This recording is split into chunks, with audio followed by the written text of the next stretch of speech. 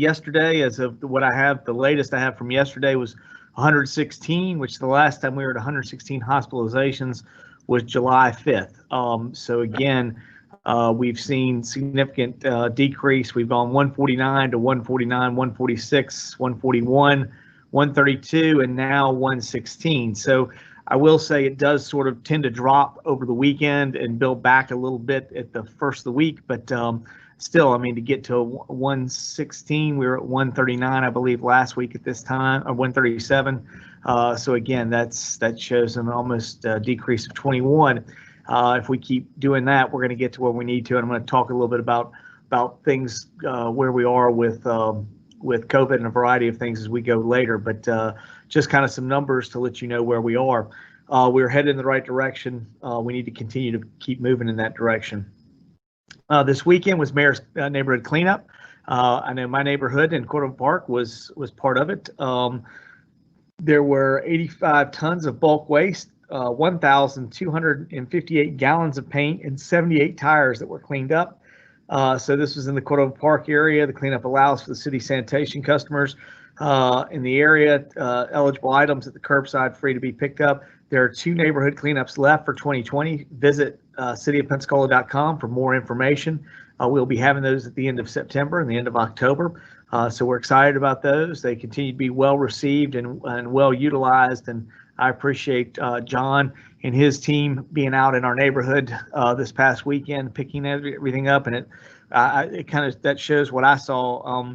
I drove up and down my street and I saw more paint on the side of the road. So we picked up a lot of paint. Over 1,000 gallons of paint were picked up. So that's good to see. I appreciate everybody disposing of it in the proper way so that we don't end up putting it in our landfills or creating other environmental issues. So I really appreciate everybody taking advantage of the Mayor's Neighborhood Cleanup.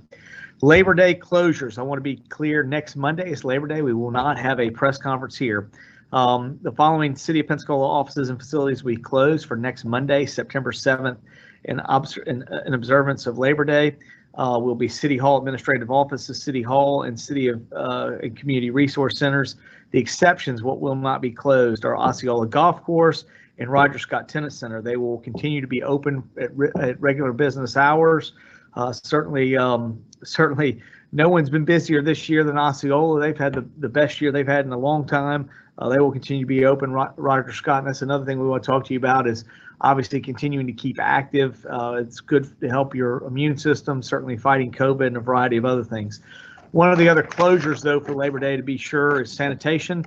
Sanitation changes there will be no pickup, obviously, on Monday, September 7th.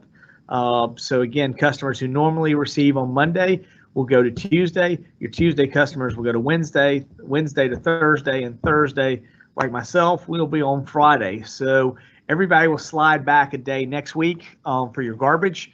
And so that will allow us to take off the Monday and allow those sanitation workers to rest. They certainly put out a lot of hours this weekend getting the neighborhood cleanup done. They will be taking the Labor Day, a well-deserved day of rest. We'll all move one day out next week. So if you are normally Monday, you'll go to Tuesday. If you're normally Tuesday, you'll be Wednesday. Wednesday will go to Thursday, and Thursday will go to Friday, just for next week. So again, we will be closed here at the City of Pensacola, and sanitation services will be moving down one day. CPAC meeting will be meeting again this week. They will be meeting at 5:30 in Hagler Mason, and they'll be happy to take public participation virtually. The meeting can be viewed live at cityofpensacola.com/video. To provide input, fill out a speaker request form at cityofpensacola.com/CPAC input, starting at 1 p.m. on September 1st, which is tomorrow. So at 1 p.m. September 1st, please go out there to fill out your information to be able to speak, and we will have you available so that you can speak to CPAC, and I appreciate the work they're doing.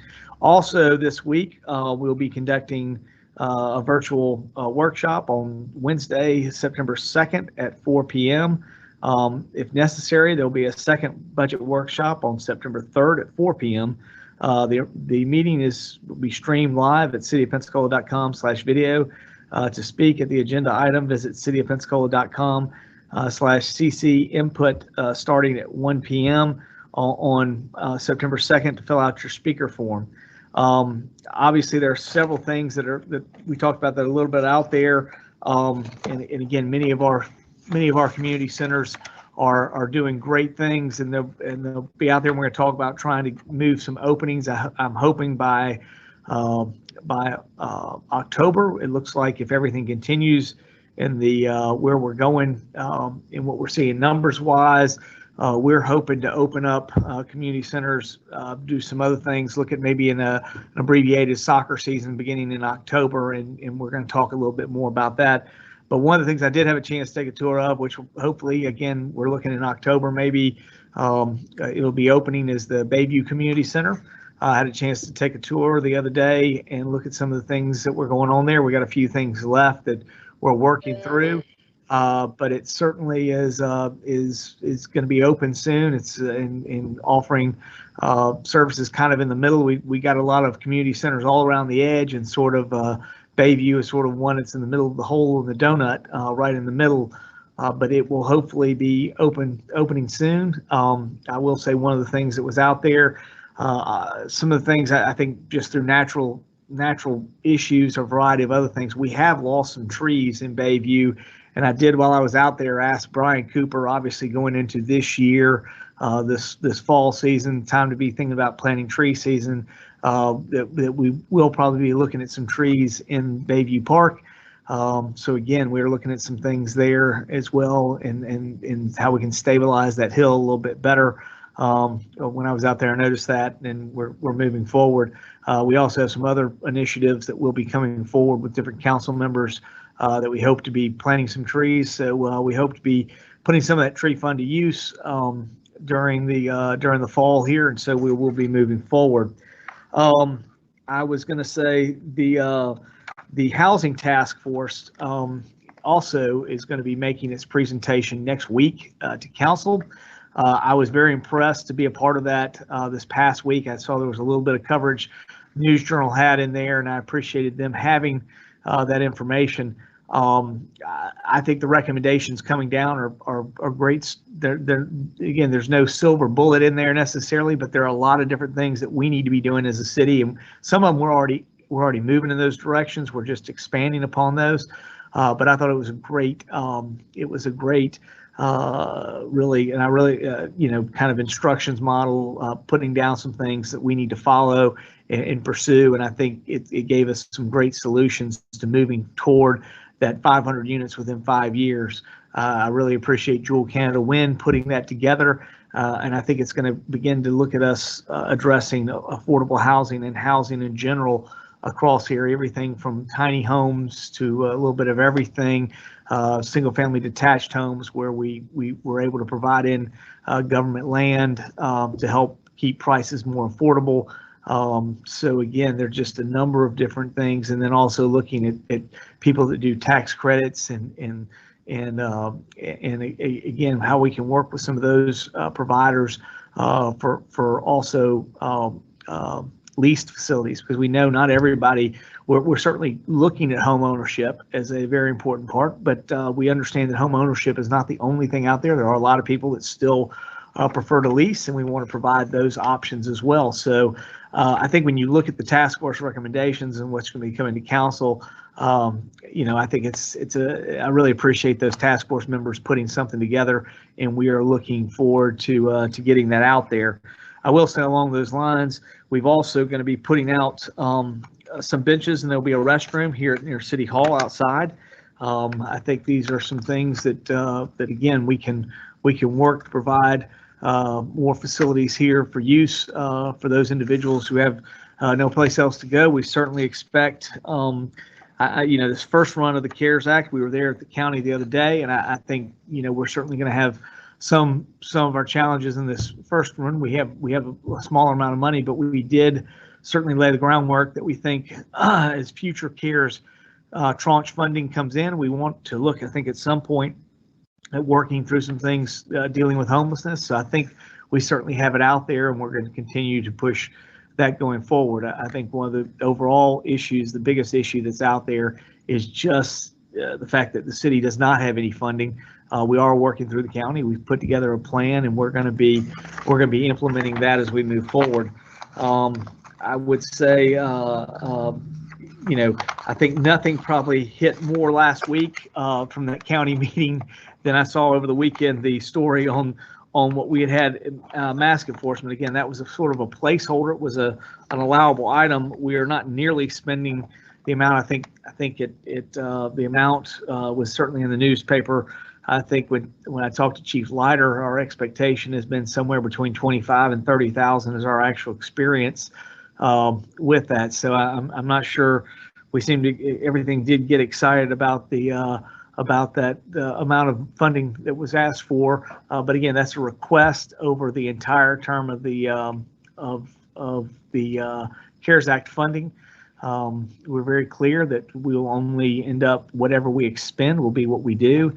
So if we don't use all that, we would use it towards something else that we've got. We don't know everything. These were just budgets, so we don't know what is going to be the actual number of any of these items that we're working through that we submitted. But I do support Chief Leiter, and I understand why he was putting it in there and trying to figure out what he was trying to do. And this really started back in July, back when we put this on there. So again, I think he was the first one at the podium to say that again, the compliance that we had, and they saw that as a real success, and this has really made it so that we haven't utilized this as much as we thought, or as much as Chief Leiter thought at one time he would.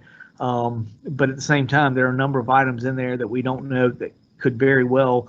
That's one item that we look like we may spend less, but there are certainly other items in there that we may spend more on. So again, from that standpoint, we'll continue to try to work through that and move forward. Talking about, I know one of the things that is significant, obviously, is continuing to look at where we are related to mask and what's going on. We are at 116 hospitalizations. We continue to have those discussions.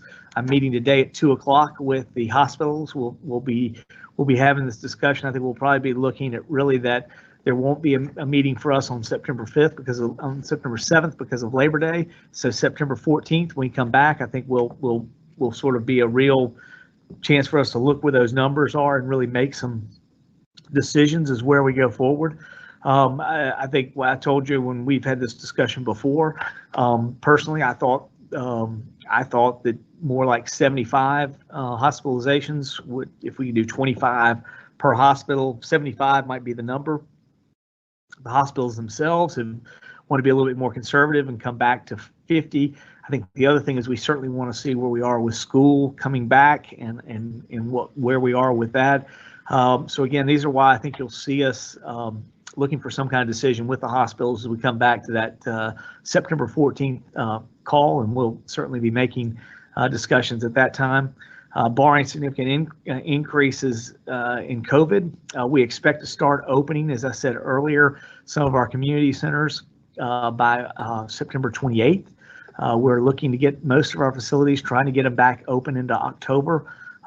Sort of October is really sort of where we're thinking at this particular time. But again, it all sort of is dependent upon what the numbers say. But where we are trending right now and the direction we're going, I certainly think we can expect to see most things moving in that direction toward getting open in October, beginning to look and see if there aren't opportunities for us to look and see what we're doing with some of our requirements and moving forward. So again, for the most part, we're trying to figure out what to do and do it safely. Our whole goal is to be open, but we want to be open. We're going to want to do things with that. We may be looking at mask ordinance from a citywide standpoint. One direction, I do think you're going to continue to see us at city facilities have some kind of a mask requirement. We don't want city facilities and city meetings to become a place for outbreaks. So we'll continue to work for that. One of the last things that's coming forward is certainly what has happened out in we're starting to move forward on our soccer fields out on, we're about to be finishing fairly soon, probably in the next month or so. We'll be finishing the roundabout. The weather slowed us down a little bit, but obviously we were able to get ahead of a few things by being able to close the road So we're getting that roundabout done. We'll start on the fields fairly soon. We did just receive back the bids. We were way over significantly back in March. We went a little bit over.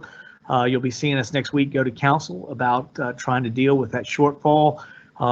Personally, we've looked at taking some things out of other projects to be able to fund that roughly about $400,000 shortfall for the restrooms facilities, but we fully believe that new restroom facilities are one of the most important things out there at Hitzman and the soccer field. We think they need to be done, and it's the right thing for us to be doing, and we're going to keep pushing that forward. However, it's going to be up to the council to make those decisions. We certainly tried to get as competitive a bid as we could.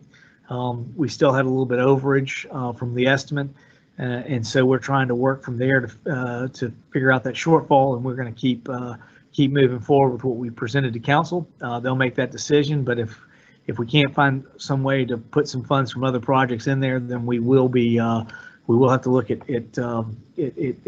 reducing out the restroom facility. But from my standpoint, I think we need to put that in there. I think for us to make the fields and really do right by the citizens in District 1 and in the North End, they deserve a new restroom facility at Hitzman Park, and we're certainly going to be supporting that.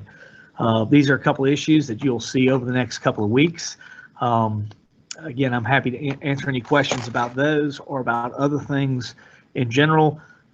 I know that there were a couple of questions as we started, and Casey has those, and she told me at one time, but if she could remind me what those are, I'll try to answer those questions as quickly as I can.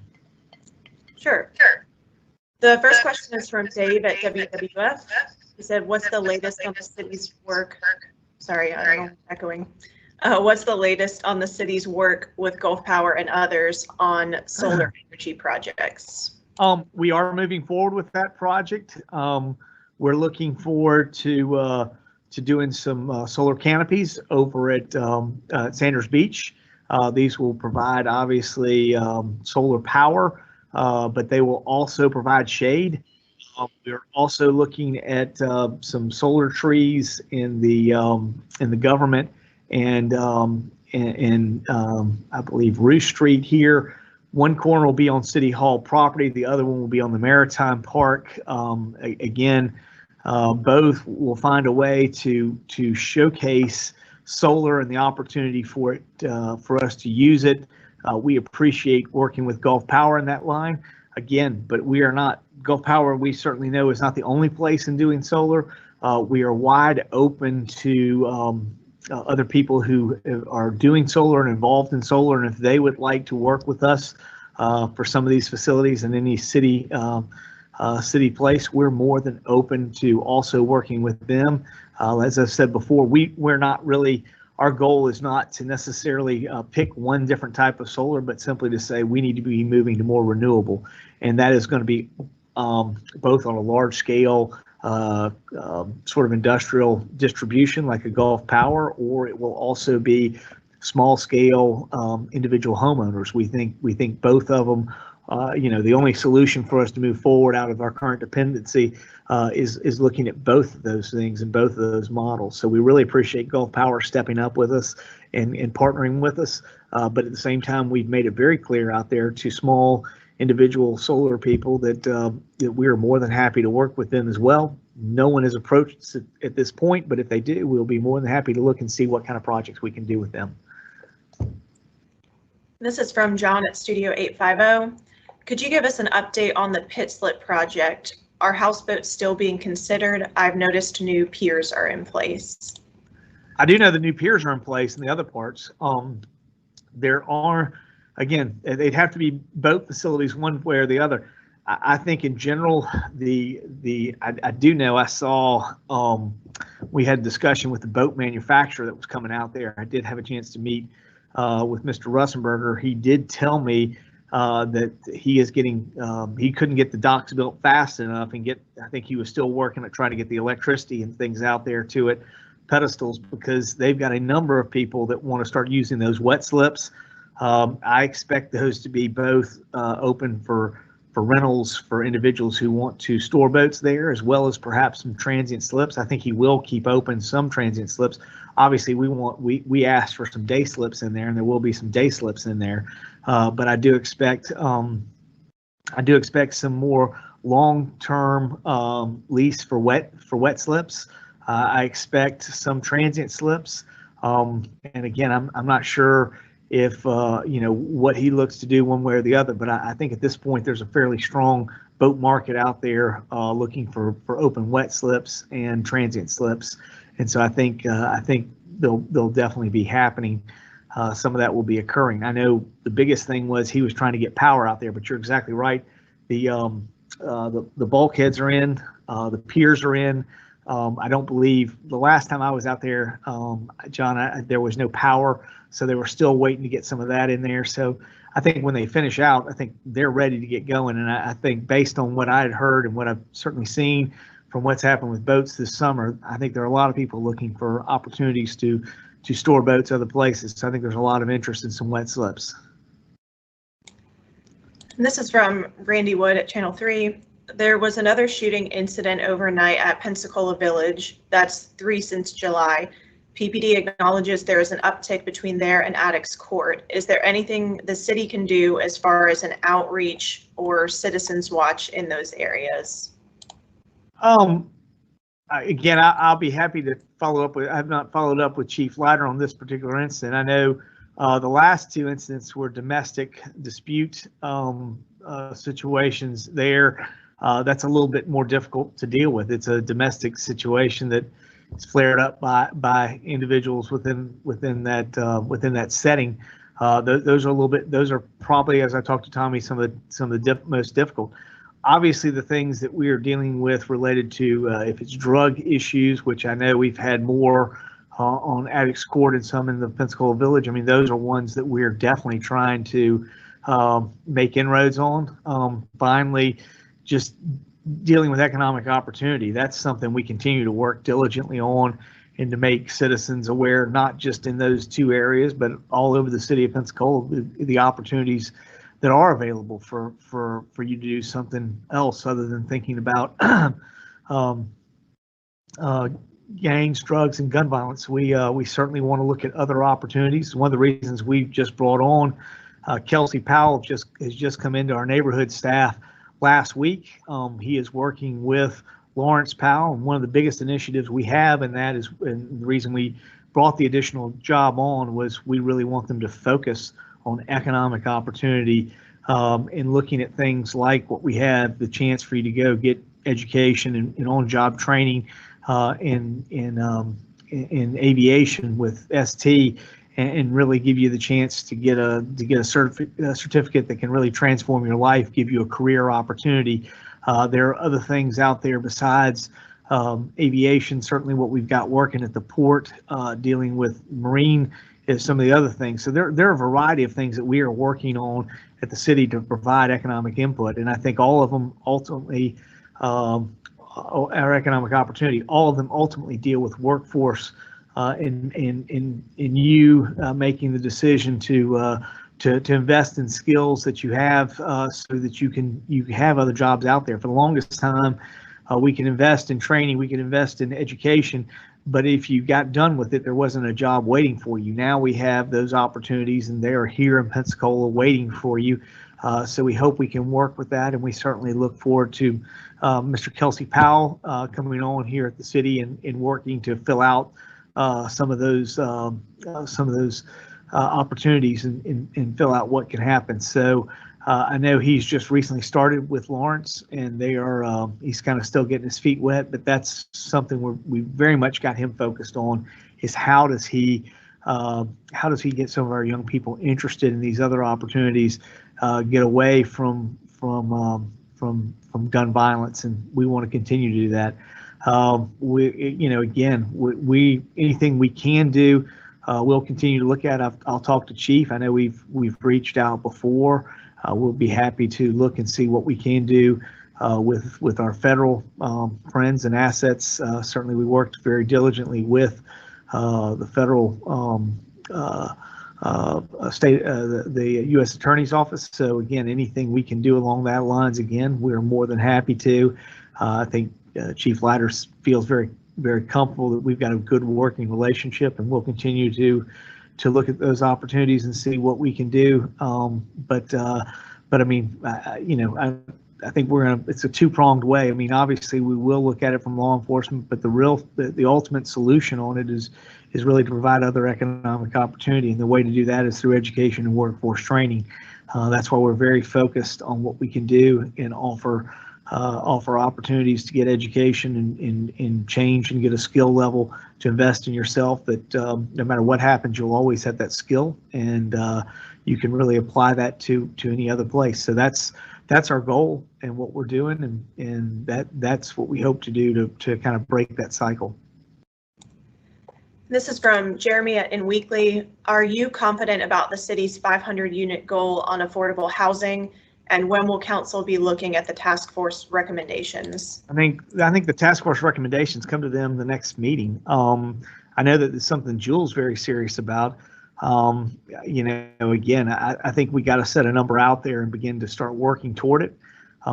Whether we hit that number or whether we go beyond that number will really depend upon how we get some of these things, initiatives going. The good news is there clearly appear to be housing appears to be in demand in a lot of different ways, and to work through that. So from a development standpoint, I think the people are there where we can actually make 500 units. We can actually do that realistically.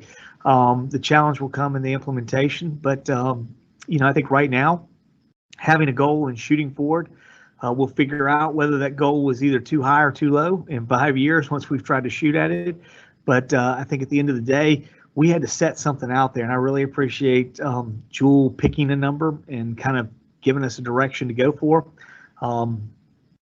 Whether or not we get to it, we'll see what happens. I think the better thing, as we said, we're not worried about the number as much as we are. Will we be able to pursue all the different avenues?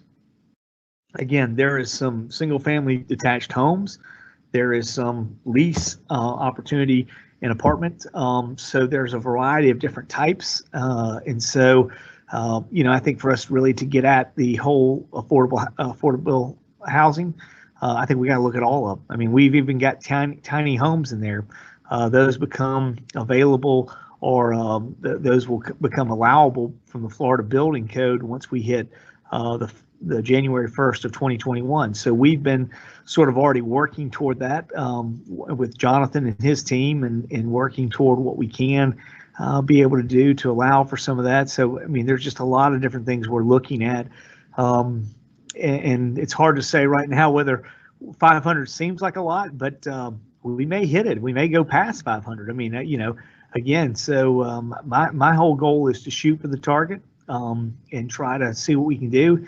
Again, the better part to me is making sure if we are working on all the facets and the recommendations they give us, then whether we hit it or not, I think we're going to be successful at addressing affordable housing, because we're going to be working on a variety of different things at the same time.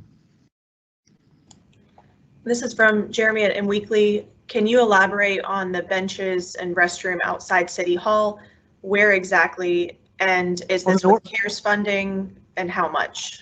None of this is CARES funding. This is the city is putting that out there. We'll put some additional benches out there on the north side of City Hall. We have a tremendous park facility that's fairly underutilized. I mean, shade trees all through there, and we have the opportunity to be there. We've heard several people talk about public restrooms, so we will have a porta potty out there, along with benches. And again, we hope from those standpoint, those can serve some needs. I mean, but at the end of the day, our whole goal is eventually trying to find longer term solutions. But all that will come. Then none of that is being funded through CARES. We're doing that ourselves right now as the city, just in trying to figure out what we can do to provide those opportunities and work with people for solutions. And I'll just add that I was walking back from lunch on Friday, I think, and the benches are already there. So they're on the north side. This is from John at Studio 850. When do you anticipate announcing how residents can apply for CARES Act household grants? John, we are not handling any of the CARES funding. The city is not. The county will be handling all of that. We did go over and talk with them. They did agree that they would be working with us at our community centers. But again, what we've tried to ask for is that we have that access and an opportunity for citizens. We gave them a number of facilities that we would like to see. I believe we gave them Fricker, Cobb, Woodland Heights, and Gull Point. We gave them as places. They already have the two libraries downtown and the one in out at Tryon. So, again, we think any of those facilities are good. We also asked that they work with us on mass distribution and food distributions at all of those same places. Again, all of this funding is ultimately dependent upon the county, but we've asked for all of those things, and I mean that was my major insistence in being there last Thursday and hearing from them. That I think they will work with us. So we've asked that they have individuals there. I think what they will do is much like we did for mask, they'll be doing rolling hours. In other words, they won't be at each community center for the whole day. They may be at one community center in the morning, one community center in the middle of the day, and one community center at night. If you remember, that's how we kind of did the mask distribution, and we distributed all 22,000 masks. So I think that the same way they will be doing something like that. Our whole goal is to make sure they do it at city facilities in the city, so that city residents have access to. But it's not just city residents. I mean, I was very clear to point out that Gull Point, in a lot of ways, serves as a community center for Ferry Pass, who doesn't have a community center in the county. In a lot of ways, that's probably the most most convenient and quickest place for many county residents in District 4 up there in Ferry Pass is really to come down to Gull Point. So it can not only serve city residents, but it can also serve county residents as well. But they will be handling the whole thing, and we'll just be working with them. This is from Jim Little at the News Journal. On the Hitzman soccer fields, could you say again how much the bids came in over budget, and what projects would you look to cut to make up the difference? I think Jim, we the first time we bid it, I think it was almost 700,000. It's over 700,000 that it was over. The second time we bid it, after we saw what happened with with COVID and everything, as you remember, our first bid was right before COVID became an issue. In fact, we opened the bids right as we were going into seclusion in March. So with 700,000 and what was happening, we felt we probably needed to take a better look at a different time when we come out of COVID. So when we came out of COVID, we did do that this summer. We put it back out, and we saw the number. We're about 400,000. So whatever we did, I know we shrank the deficit by 300,000. We still have, we're a little bit over. What we have basically done is we've taken a number of different projects that Brian Cooper has looked at that he can cobble together. He agrees, and he feels strongly that the restroom facility that we have for the new restroom facility that will serve both the soccer fields and Hitzman Park, which we feel is critical to helping the residents, certainly there in the north end, to get that new restroom facility is probably one of the most important parts. But again, if the council decides that not to work and allocate money in that direction, then the fields will be built without the additional restrooms. I think there'd be no time like the present to get the best deal that we can do and put it together, and we should be doing it. That's why I wholeheartedly support staff and the recommendations they're making to the council. I think it's what we need to be doing. I think the citizens in the north end deserve that at Hitzman. It's something they've been asking for a long time, and I'm fully in support of what we do. in the north end of our city, and I think it's vital that we provide those kind of assets and amenities to Hitzman Park. This is from Jeremy in Weekly. Will city meetings be back in person when the city opens community centers? I think it very likely could be. I mean, I think we're still waiting to see what the governor indicates going forward, but I think you certainly could see in-person meetings coming back in October. I want to be clear of what I said earlier, though. I do think city facilities are going to be asking for you to wear a mask, even if at large in the city as a whole. By that time, we may not be asking for that same level. Certainly, it all depends on where our numbers go and what we see happening. But again, that's what we think at this particular time. I don't control ultimately that decision on the council. That's going to be the council president right now, Jewel Canada Wynn. And again, we'll see as we move forward. But I think it would be, if we get to October and we're opening, I think that's it. I think our stance will be still that in city facilities, we'll be looking for people to wear masks. We want them to continue to do whatever we can to make sure that we're not contributing to the problem. There were a couple things I meant to say during that time period. Obviously, there are a lot of different things that we can continue to do, mainly staying focused on avoiding the 3 C's, the crowded places, congested places, and closed-in spaces. But, again, wearing the mask, social distance, washing hands. But there's another one I talked at length about with a good friend of mine who's a psychologist. We were talking over the weekend about, I saw him, and one of the things is just reminding people also how important it is to keep up your good immune system. Things like eating right and taking vitamins and sleep and getting enough sleep, that's huge. Continuing to exercise. Exercise is a huge part of it. We've never closed parks in the city of Pensacola. We had a lot of pressure that people wanted us to close parks. We've never closed parks. We believe parks are more essential to keeping us from getting the virus, and exercise. We want people to continue to do that. So, a lot of great points. Again, I have other physician friends, and they talk to me about that and how important it is to maintain a good immune system. And so no matter what, even if we're, it's easy for us to say, oh, we're coming into the virus, we can kind of, I don't want to do the same thing we did in June. We're getting lower numbers, we're coming down, but I don't want us to forget some of these things. And I think staying focused on repetitive ways that you can take care of yourself, get good night's sleep, eat properly, and exercise. And it's one of the reasons that we want to get those community centers back open. We want to find ways to get youth actively involved in exercising. It's the most critical part that I think we can do. And what's going on. You heard us say, certainly our own facilities, Roger Scott, Osceola Golf Course, we encourage you to do things that you can continue to participate out there and exercise. And again, both Osceola perhaps this is going to be the best year they've ever had.